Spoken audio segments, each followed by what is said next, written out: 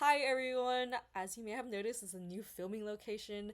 My boyfriend built this shelf for me and I put my books on it and now it looks like a proper booktube background. So I'm very happy. I have a cute little background now. So, the title of this video, yes, I read It Ends With Us. Actually, the reason why I read it is not really one you may think.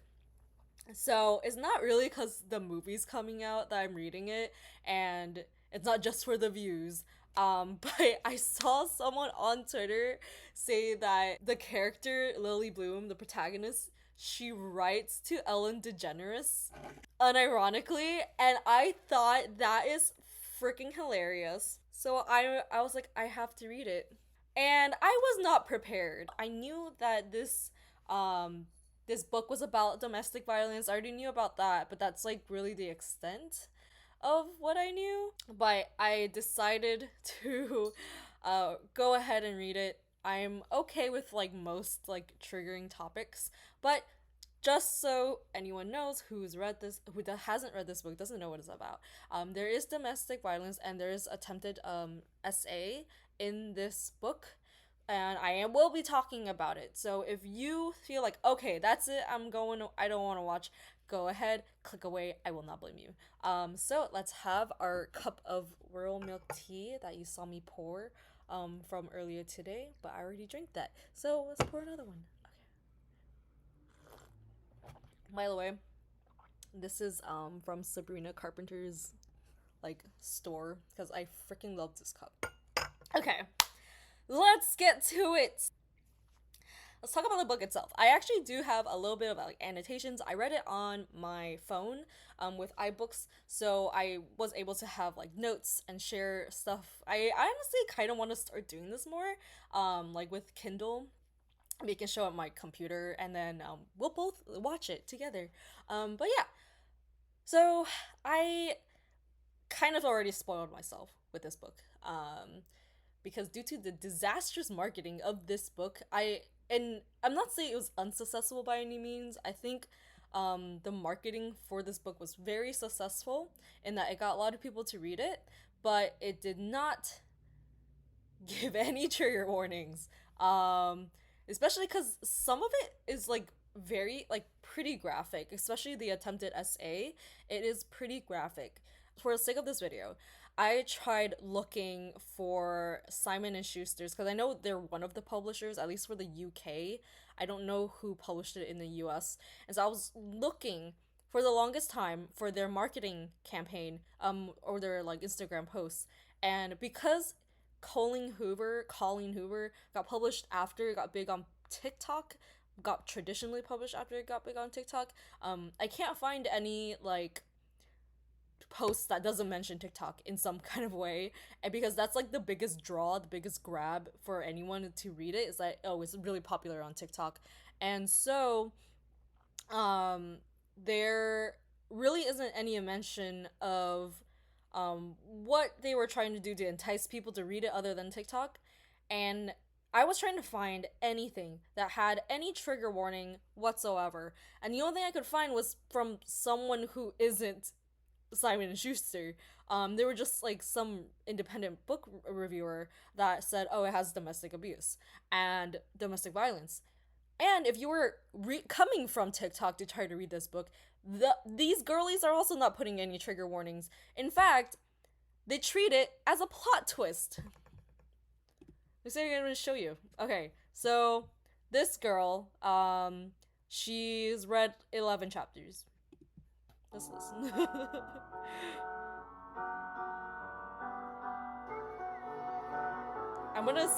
There's another reason why I don't like this TikTok either, but okay, I don't want to see that. Let me see, go back. Okay, it left. Okay, but anyway, a lot of the comments are saying, oh, yeah, there's a happy ending at the end of chapter 12. And that's like a joke saying that, oh,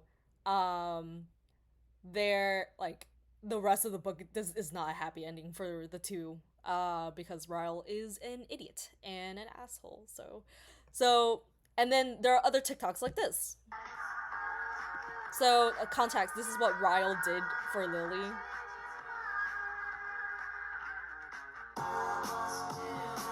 And then this is like a very heavily quoted scene, like line from this book by a lot of people that I've seen on TikTok, and this is the turning point of how like Ryle, up to this point Lily has forgiven him for a lot of things that she should not have, but this is like the breaking point where she finally realizes this guy is not it.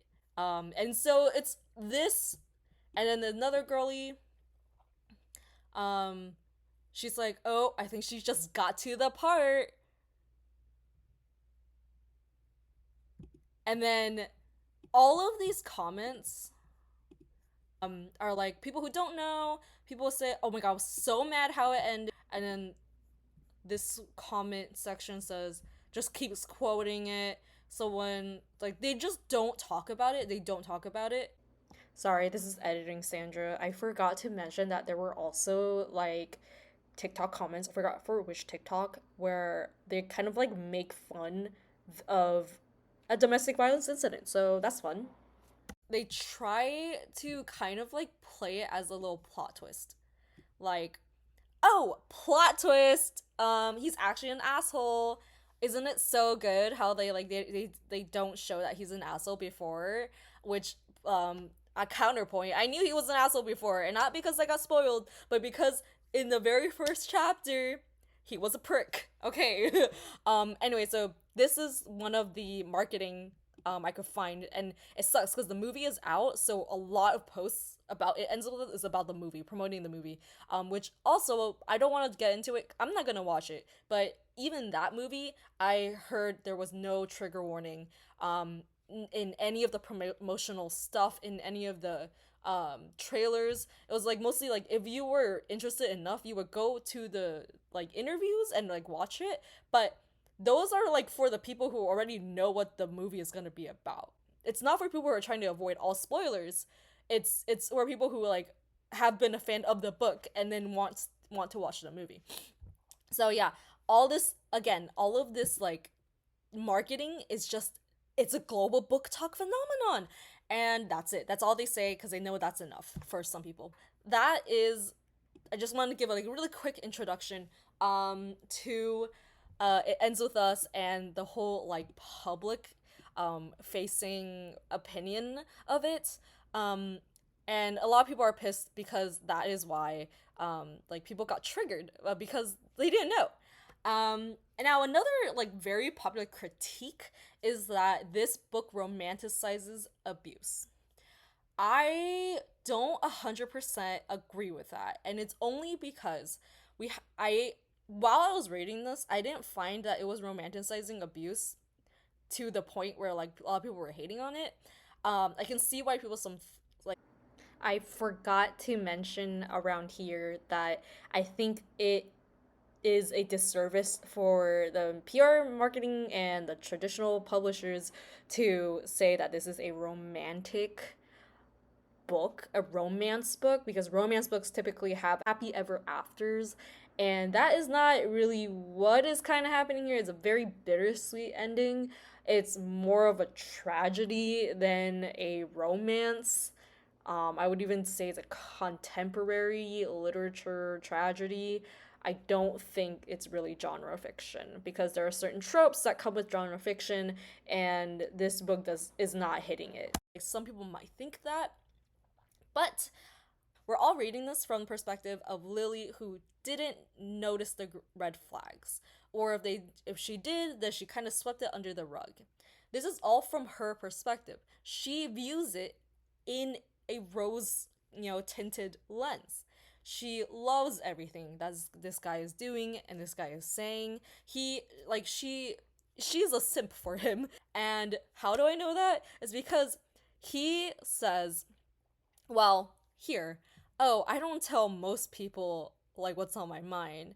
And then she goes, I'm not considered most people. Like, this girl has like the biggest like pick me kind of energy character archetype, like without being really a pick me. Like, she's not putting down other girls, but she is falling head over heels for the guy just because he looks good and is a neurosurgeon. Another moment, she's like, I like that, your honesty. And she's like, he likes my honesty? I think I might be blushing. And then you're like, this feels like she's making fun of him.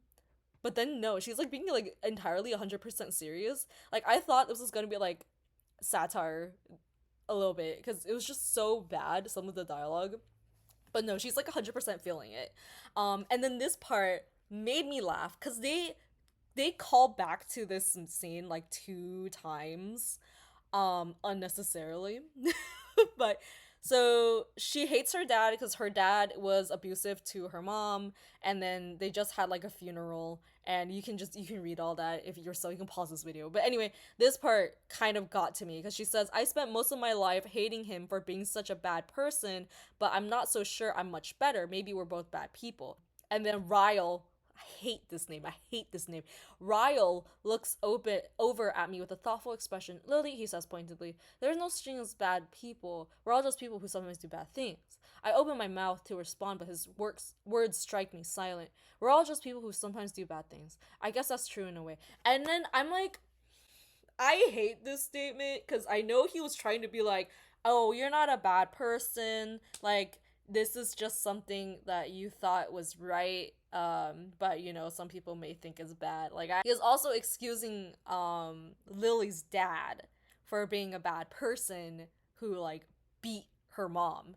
And I don't like that. And I immediately clocked him. Like, I mean, as soon as he like, our first introduction to this character, by the way, is seeing that he kicks chairs.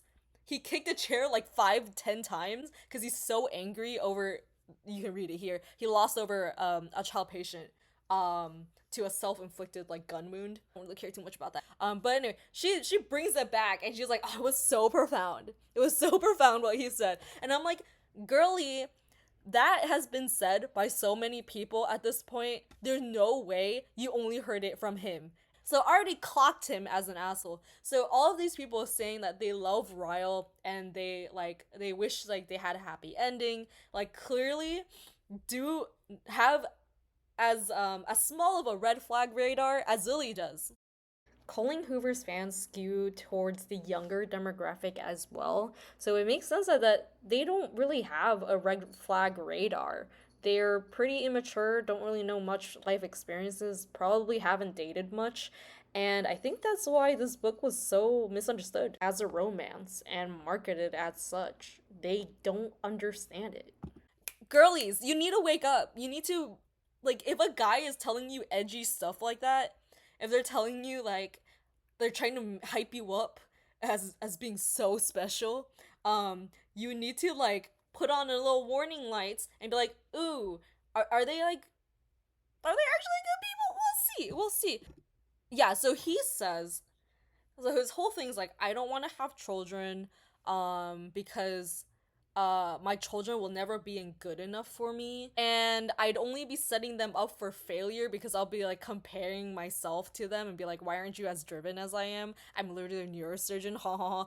Like, I get like not wanting to have children because it's like, you know, I don't have time for it. I really care about my job. I don't want to sacrifice that. I like being able to do whatever I want, not really have any like other obligations like that. Like, there are people who don't want pets because they want to be able to like travel for a really long time, and I totally get it. But the way that he phrased it here is that they'll never be good enough for me. And then she's such a simp that she says, I actually think that's respectable, Ryle. A lot of people refuse to admit they might be too selfish to have children. I don't want someone to say that. Like, I don't care if you don't want children, but don't say that they'll never be good enough for you. Like, they're your kids. They don't have to be good enough. They just have to exist and be happy and healthy. Like, you're making the decision to have them anyway, right? Their whole obstacle they have to get over for the first like half of the book is so dumb. But is that Ryle really wants to sleep with Lily, but Lily doesn't do one night stands. That's like their whole thing. And I was like, this is the most like first world problem I've ever heard in my life. Like, what do you mean this is an obstacle? What do you mean this is like a thing they have to get over for their relationship to move forward? Like, oh my god. Literally anything, man. anything would have been better than this. Oh yeah, this part, her Ellen diaries. I love this part. I actually love her letters to Ellen because you kind of just have to like I don't remember when is this book published. Let me see. When is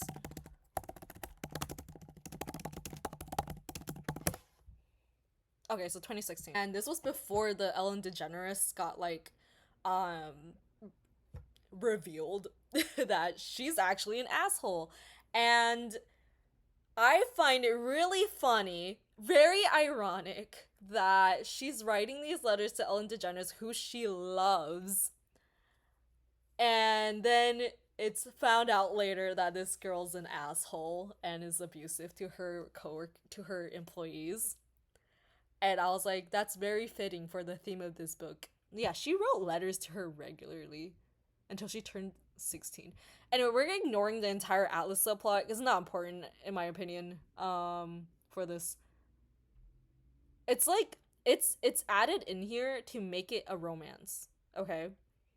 Because no one in their right state of mind would read this book, especially the marketing, would read this book and be like, oh yeah, it's a romance if Atlas wasn't here. However, I will say Atlas does not really play a big role in this book. He really is a side character. He does play a bigger role in the sequel, but in this one, he is here to be Lily's safe haven for like 2 or 3 days, and then afterwards he kind of drops off, and then they have like a little cute reunion at the end of the book. Oh yeah, this is the part I was just like, oh my god, because like this is her discussing her business plan. It's like, someone once told me that there was no such thing as bad people. We're all just people who sometimes do bad things. That stuck with me because it's so true and so cringe. Okay, her name is Lily Bloom. She loves flowers. Cringe name choice. Ryle is not even a real name. I'm sorry. And there's like Ryle has a sister who becomes Lily's best friend. Her name is spelled Alyssa, which I assume is pronounced Alyssa, but why is it spelled Alyssa? Because she's an ally? I hate it. It's like, these are the things that make me go, okay, so it has to be, it's like satire. Is it a satire? Did she write it as a satire and then like decided, wait, actually no, it's serious? And this part where like, so Ryle keeps begging to sleep with her, like keeps begging to sleep with her because he can't. And then they bump into each other at the flower shop because Alyssa works there, obviously. And then Alyssa overhears that he wants to sleep with her. And then she goes, and then Lily says this. I smile at her and wave it off. It's fine, Alyssa. Lots of people want to F me. I glance back at Ryle, and he's still casually stroking my foot. At least your brother speaks his mind. Not a lot of people have the courage to say what they're actually thinking. She is so simpy. Oh yeah. Okay, so this is the part where people were like simping over Ryle, saying like, oh my god, he knocked on 29 doors so that he could find her and then beg her to sleep with him. And like Lily obviously was like, you are sleep deprived, go home and sleep. And then he's like, no, please, just one good session and then I'll have it out of my system, I promise. But for the past week, I haven't been able to get you out of my head. I don't know why. At work, at home, all I can think about is how crazy it feels when I'm near you. I need you to make a stop, Lily. He stops pacing and faces me. Please make a stop just once. That's all it'll take. I swear. And I was like, this is the most pathetic thing I've ever seen in my life. I wrote I read this and I was like, he like goes on his knees. His head drops between his shoulders and he shakes it back and forth. He pushes off the door and stands straight. He half turns, heading for the hallway, but then suddenly drops to his knees in front of me. He wraps his arms around my waist. Please, Lily, he says through self-deprecating laughter. Please have S with me. He's looking up at me with puppy dog eyes and a pathetic, hopeful grin. I want you so bad, and I swear once you have S with me, you'll never hear from me again. I promise. There's something about a neurosurgeon literally on his knees begging for S that does me in. That's pretty pathetic. And so, oh yeah, I chortled at this portion. He walks to one of, this is at the store. He walks to one of the displays and grabs a vase full of purple lilies. I want these, he says, setting them on the counter. I smile, wondering if he realized he's just picked lilies. Kind of ironic. And I was like, this is a best-selling author of 10 million copies? And then she tells her friend about how he, like, this guy begged for SCX. And then she says, it wasn't as pathetic as it sounds. And then I was like, no, wait. So you're self-aware? And then afterwards, the friend refers to the guy as the beggar. And then she gets kind of, like, defensive about it. I laughed a lot. And then she gets kind of defensive stuff. I think the neurosurgeon has a better ring to it. And I'm like, oh, girly. And then so they decided to kind of do like a trial period, be like, okay, we'll see each other and we'll text each other, but I don't want to, sleep with you because then I'll know it's serious. And then she goes like, she's the one who caves. She's the one who caves and was like, I think we've waited long enough. I would very much like for you to sleep with me now. And then I was like, it's been 4 days. And then this part, which we're kind of like supposed to be like, oh, there's something about Ryle that we don't know. There's something about him that we don't know. And it's from his sister, and she says, there's a really solemn look on her face when Lily teasingly says, oh, your brother must really like me. And she's like, yeah, I'm afraid he does. It bothers me that she doesn't seem excited about the prospect of me dating Ryle. It makes me wonder if that has more to do with her feelings toward me or her feelings toward him. Then we find out, because Elisa convinces Ryle, hey, you need to tell Lily about your anger management issues. And this is after the first incident of domestic violence, which they kind of paint it as like an accident, but is like, it's an accident if you have really unresolved anger issues. Sure, I can see it that way. Like, you have unresolved anger issues. Like, no wonder you would react like that. But it's still indicative of, unresolved anger issues. And it makes it really scary. It's very ominous, I wrote here. It's very ominous. Like, if I knew I had a sibling who was, like, very angry and, like, will take it out on other people, I would not be okay with a friend. Like, they say they're besties, okay? I would not be okay with my best friend dating him. Like, that's very dangerous. Okay. But I don't think Alyssa at this point knew how bad it was. She just knew, like, oh, he has, like, really bad anger issues. Okay, so she says she does... Okay, Elisa does not know what happened last night. And I think... Oh, yeah, this is when he pushed her down the stairs. She fell... He says she fell down. Anyway. And then Alyssa's like, I don't know what happened. You look really bad. But, I want you to give my brother a chance to talk to you.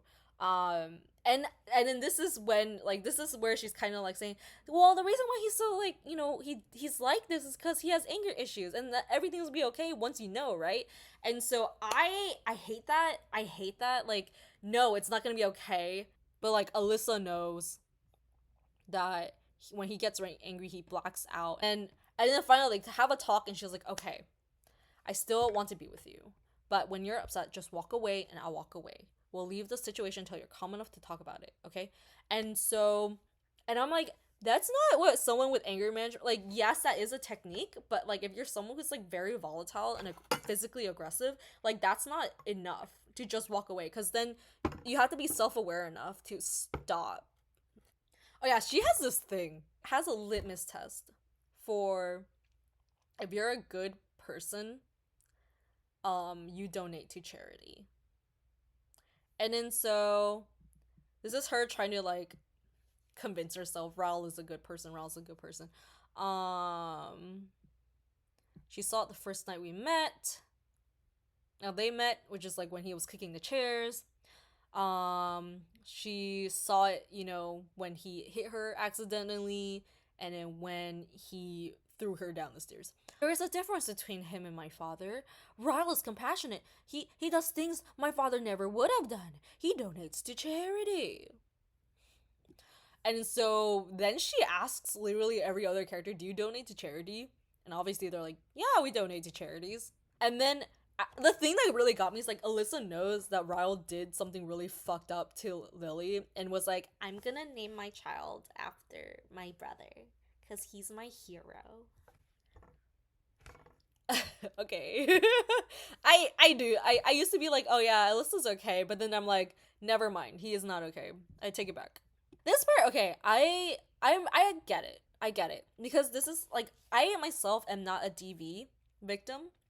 So I can't put myself, I don't really understand like the mentality and the psychology that, victims go through when they're in this situation. And I understand, like, even when I have like a fight with someone that I love and care about, it's like there are times where I'm like, I'm so upset with you and I don't like you. But I still love them. Like, I had like a friendship breakup that was really bad.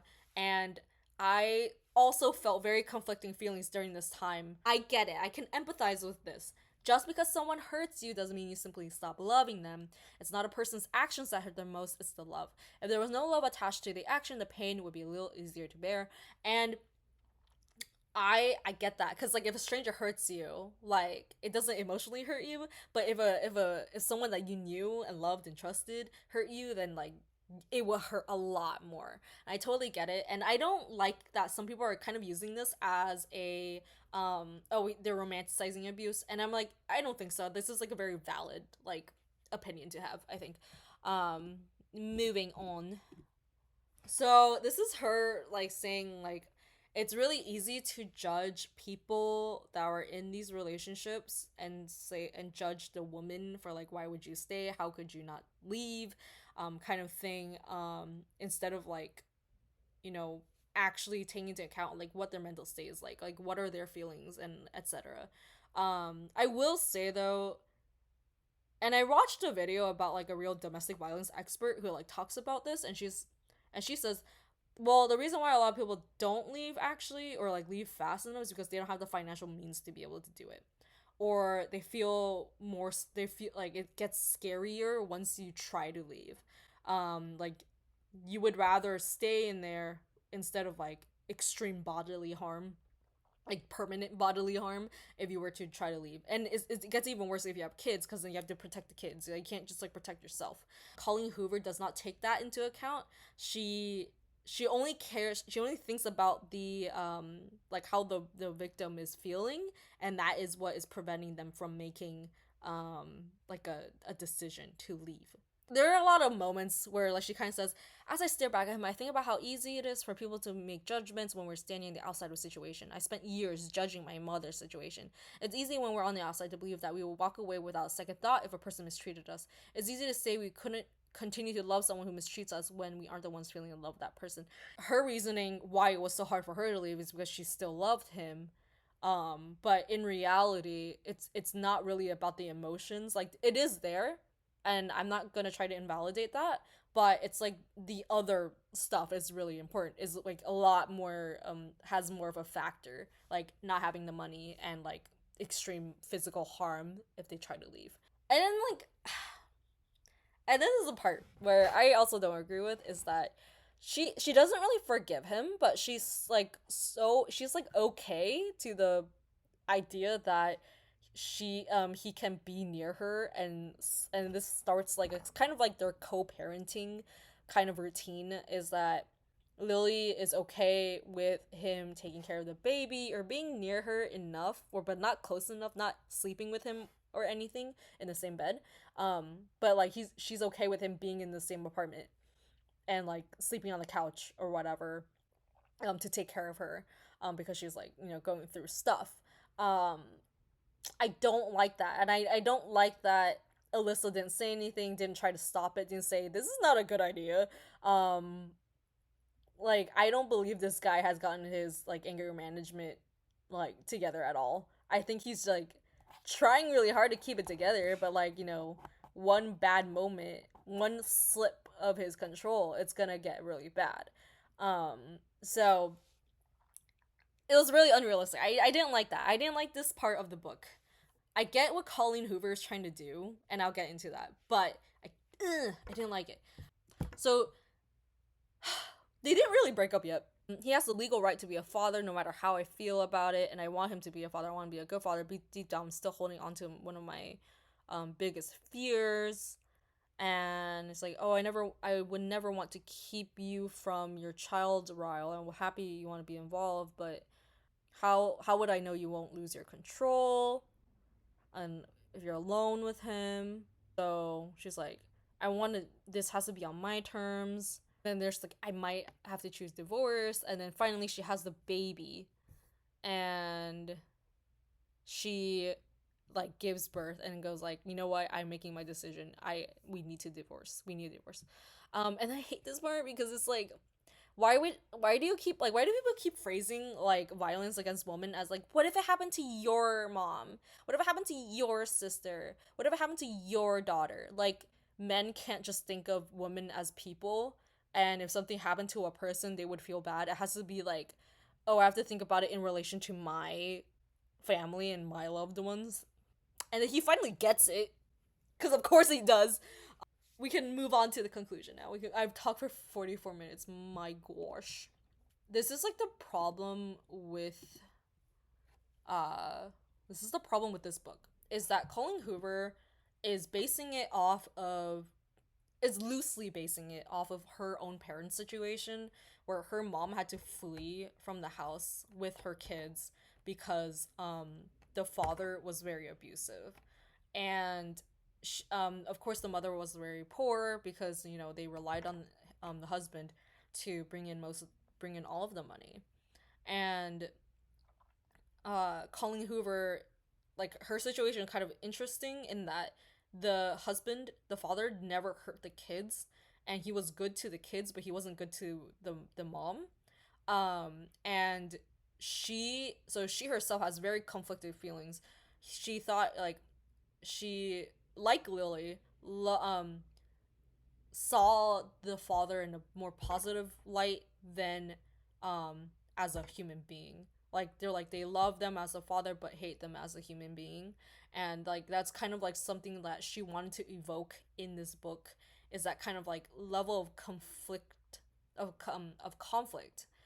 between, like, what who they are, who the father is as a person. And so I got like, she was trying to end this book on a semi bittersweet note. Like, they can't work out as a couple, but he hopefully can work out as a father. And so there's like this whole thing about like, oh, is an abusive home better than is a broken home worse than an abusive home? I think we can all agree, no, an abusive home is worse than a broken home. There are plenty of kids that are like fine with single parents. Like, kids are not dumb. Like, they can see what's going on. If one person is better without the other around, like, it's better for them, it's better for like the kids themselves, right? And so this is, another trigger warning. It's like a very like, it is the whole entire like basis for this book is her own experience with domestic violence. And I, of course, don't want to invalidate any of what she's been through. I just think that a lot of this book would have been better if she didn't fall in love with Ryle. And I say that because she really struggled with keeping Ryle the way that she intended him to be. And then she finally was like, okay, she's like, this book is different. This is not entertainment for me. It was the most grueling thing I have ever written. At times, I wanted to hit the delete button and take back the way Ryle had treated Lily. I wanted to rewrite the scenes where she forgave him. I wanted to replace those scenes with a more resilient woman, a character who made all of the right decisions at all the right times. And she also, I think she also mentioned around here, on more than one occasion while writing this, I wanted to change the plotline. I didn't want Ryle to be who he was going to be because I had fallen in love with him in those first several chapters. She fell in love with him, and she wanted to keep him perfect and the best romance lead.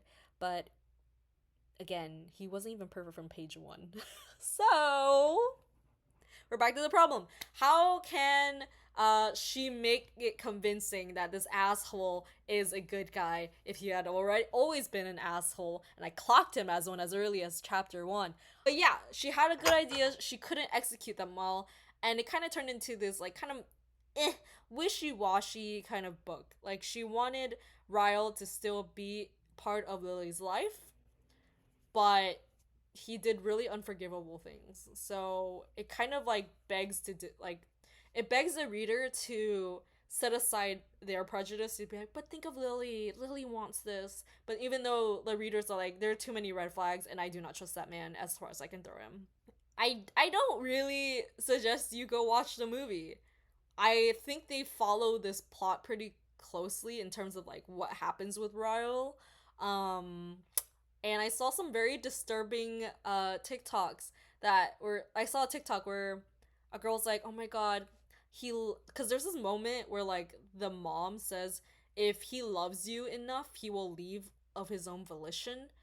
Whereas like we know that's not true because he begged to stay with her and he actually held hope that he could stay with her for the longest time until she finally convinces him, "Hey, you know, like would you trust your daughter with someone like you?" And he's like, "No, I can't." But like he was hanging on. He wasn't leaving. He wasn't leaving until Lily told him no. And then convinced him because like no wasn't enough for men like him. So, anyway, thank you. Goodbye. Do not read this book. Subscribe and hit like. Ha ha ha.